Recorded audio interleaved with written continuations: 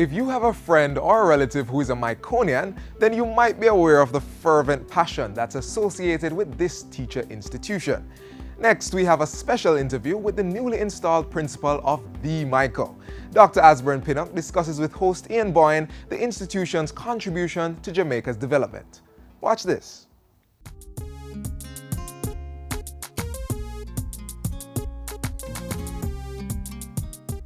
Dating back to the mid-1830s, the Myco University College remains the oldest teacher training institution in the Western Hemisphere.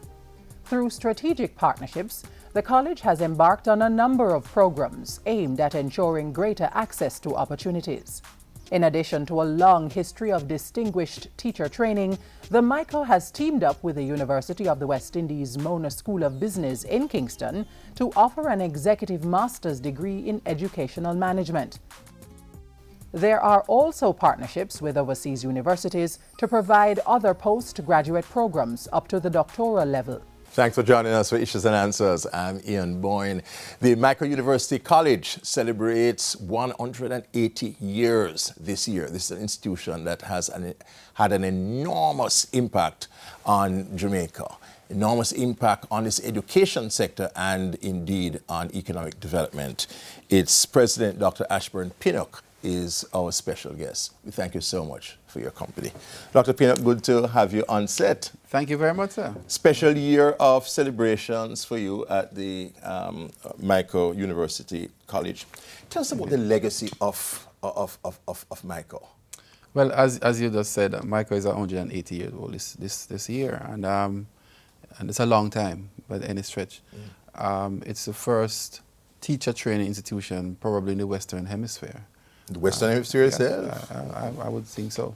And it started as a training institution for the sons and daughters of slaves. And the trust was developed out of a charity, the Lady Myco Charity, whose husband died leaving a fortune. And then she in turn, the money was to be spent for a family member on certain stipulation. And he did not comply, so the money was used instead to send to develop education in Britain and then by extension to the colonies. And in fact, Myco schools were not just in Jamaica, they were in other islands. And this one is the only surviving of those in Antigua, in St. Kitts, I think, and other areas. So interesting history. So started in 1836. Yes. And where was it originally? It was originally downtown Kingston, where there's a site of the Kingston Technical High School, where it's now, and it was now relocated in the early 1900s to its current location on Marasco Road. Yes. And you have had a number of distinguished graduates. Oh yes, quite a few, as you can imagine. Yes. At that time, it was probably the highest level of education in the Caribbean, and therefore it predates University of the West Indies and all the others. So that it was called the Poor Man's University. Poor Man's University. So you can imagine that anyone in Jamaica pre-1950s would have gone to the Myco. And so it has a huge legacy. So Myco has prided itself on its accessibility. It has. It has. And there were no class. It cuts across all class barriers, and so if you note the distinguished graduates, you see persons moving from governor generals to the cane cutter's child, and so its focus was for education. Absolutely, Yes. that's an important part of its heritage. How was Myco kept pace with the educational needs of Jamaica? Well, we look at the needs, as you said, on the market. We examine the ministry's policies, and we now train to support that national development policies.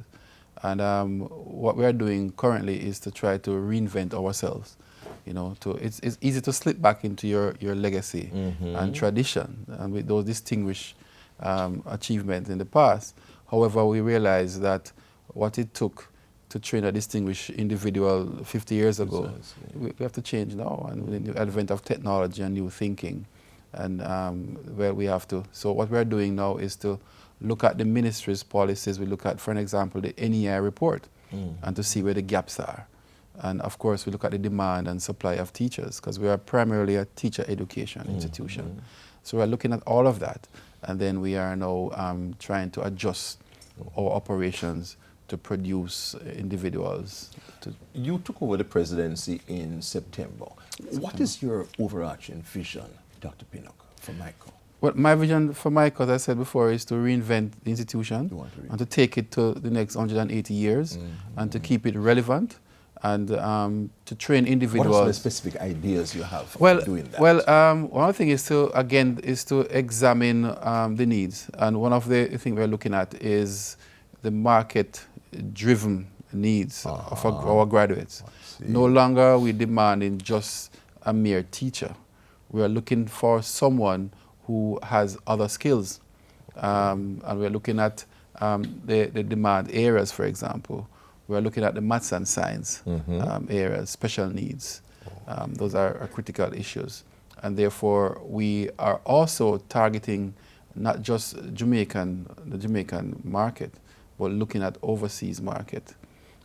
In fact, we have done that a lot in the past in the Caribbean. We used to train for the Caribbean. However, many of those countries have their own institutions now. But we still have niche areas, as I said before, like special education, where we can train for that. We want to engage, for example, the recruiters from Britain and from the USA and other areas who are coming in and say to them, listen, let's make this a deliberate process. Instead of you coming and recruit our teachers in an ad hoc manner where we cannot keep track of who is going and where they're going. Let us engage you. Let us discuss the cost of training. Let us train for you, and you provide us with funding to look at our labs, to improve our labs or our capacity, and we can partner with universities overseas in their country, for example, in Britain, to see how we can train a teacher here in Kingston that will walk into a classroom in Britain and fit in. And so we are looking at those things as part of the niche. How much emphasis is MICO putting on continuing education, professional development of those who have already passed through its doors? Quite a lot. I mean, one of our most significant department is our continuing education department. And the person in charge is at the level of a dean. And we are now looking, in fact, to partner with the ministry and the Jamaican Teaching Council to say, can we take on some of that responsibility of training the teachers that are out in the field with the licensing and those issues coming on stream. Persons will need that professional development to qualify themselves for licensing and relicensing. And therefore, we think that we are in the best position and with capacity to do so. So in the near future, we'll be approaching the ministry to say, why don't we work out a contractual arrangement where we can take on some of that coaching, that modeling, and that professional development aspect of and then you can focus more on your policy.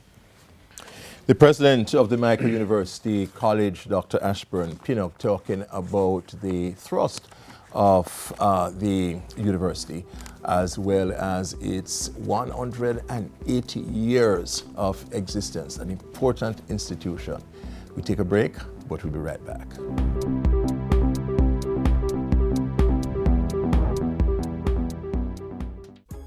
Parents, assist your children with their schoolwork. That means help. Don't do it for them. Every assignment, such as school-based assessments, SBAs, should be written and researched by the students.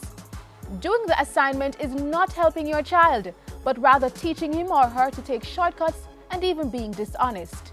SBAs are expected to be developmental. They are aligned to the syllabus, and it is really to assist the students in developing those fundamental concepts for them to do well in the examination itself.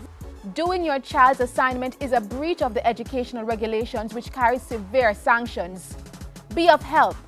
Don't be dishonest.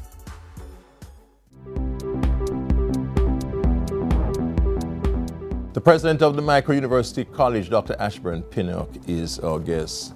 the university celebrates 180 years this year. Dr. Pinnock, the issue of teacher quality is a major issue here. The studies done internationally show that educational outcomes are tied to teacher quality. Our educational outcomes are not impressive in all the areas. Does Michael share in this failure? I think we have to take responsibility for what happens in the sector. And if there are shortcomings, we have to look at it. If there are successes, we take them. So we should also take responsibility for that. But with a view to continue to improve our business of training and educating teachers. I do agree that teacher quality is a major factor. But I also want to hasten to add that there are other factors which we need to look at in terms of intake and output. And therefore, there are also factors such as resources, human and otherwise. In fact, educational resources. And as you know, in our context, we have an issue with funding and monetary, fiscal restriction of fiscal policy and all that. So because of that, the education system suffers. It takes 20 years for an individual to start reap the benefits. So persons do not necessarily want to start an investment in that, but it's the best investment that we can make. And therefore, we are challenged in those areas. But I do believe that we should look at that seriously and try to improve. So we at the MICO are looking at our courses and trying to see how we can improve what we offer and look at the NEI report again, see the gaps, and to see how we can fill those gaps to ensure that our output ends up with better quality. Tell us about your activities finally for the year, your main activities. Yes, our MICO 180th celebration kicks off in February, where we are looking at a launch and also a church service on February 28th. And the church service will be during the week, what we call a MICO week will come in March, between March 14th and the 18th. And our research day will feature heavily during that week, and that's March 16th. Now, we focus heavily on research because we realize that that's going to be driving what we do in the future. We have to ensure that we use empirical data to drive what we do, and no longer trial and error. And in fact, we are trying we are using the NEI report as the basis for this research day, to look at leadership, as is pointed out, to look at pedagogy, to look at strategies, and also to look at the areas of maths and science. And so you'll see presentation based on those. And to go forward, we'll be doing research which will guide and help the ministry to guide what they do.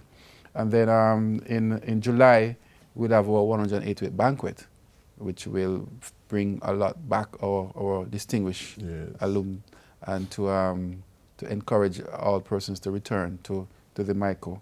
We do also have a 5K run in October, and funds from this will be used to sponsor scholarships and to build our sports department that is doing so well.